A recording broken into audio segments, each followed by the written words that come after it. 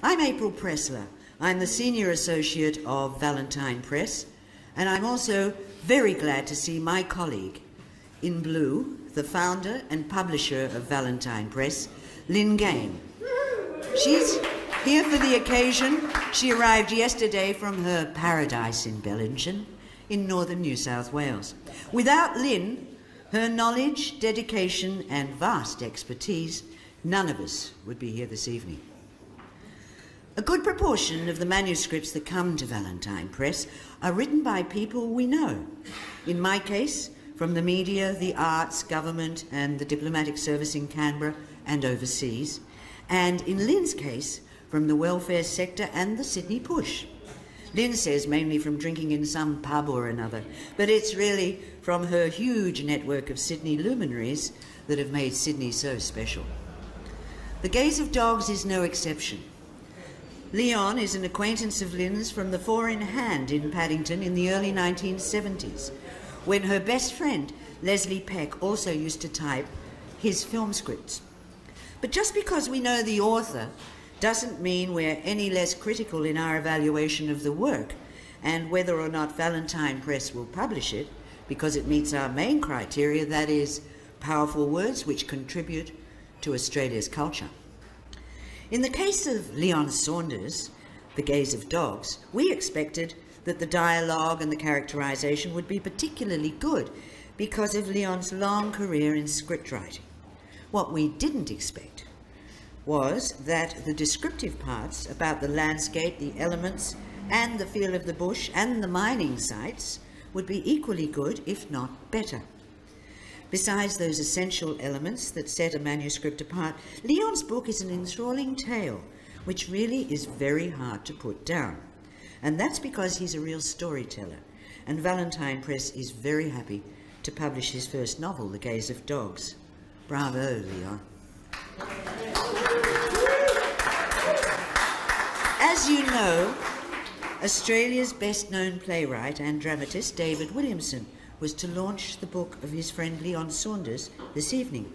But we're really sorry to tell you that David contacted us this morning to advise that he has been laid up in bed in his Gold Coast home for the past few days with a particularly nasty flu lurgy, which makes it impossible for him to get on a plane for Sydney today.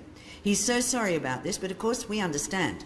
And just to pass on a little of his message this morning, David said, "For 3 days I've had a raging flu that has stopped me in my tracks, and I've tried all things to shake it.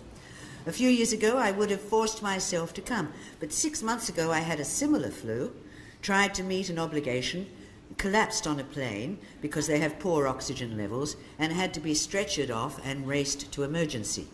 It developed into pneumonia and got quite nasty. I am devastated on Leon's account, one of the world's good guys, and this is a fine book. I'm sure we all send our best wishes to David for a quick recovery." However, David did prepare his launch speech, and today he has kindly provided it so that we can all hear what he wants us to know and plan to say in person. Leon has asked one of his actor friends, Shane Withington, this very good-looking man here, to deliver David's speech for us, and I will hand over in just a minute. We're very lucky to have Shane here this evening, and I'll just say a few little things about him so we all know how perfect he is to stand in for David Williamson, regardless of the height difference.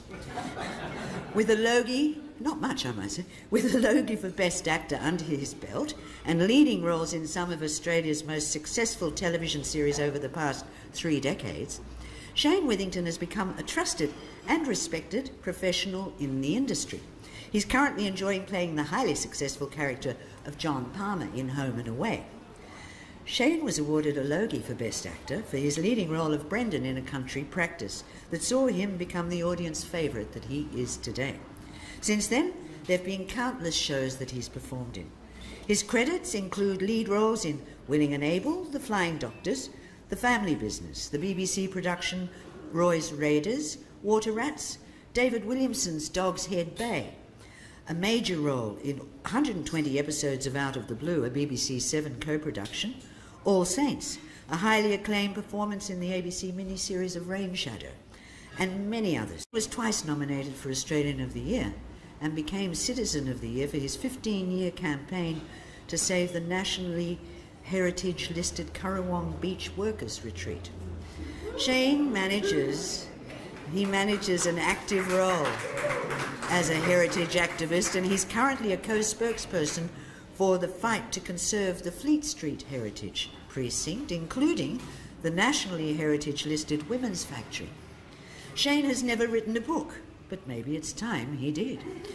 Anyway, it now gives me great pleasure to introduce actor and activist Shane Withington.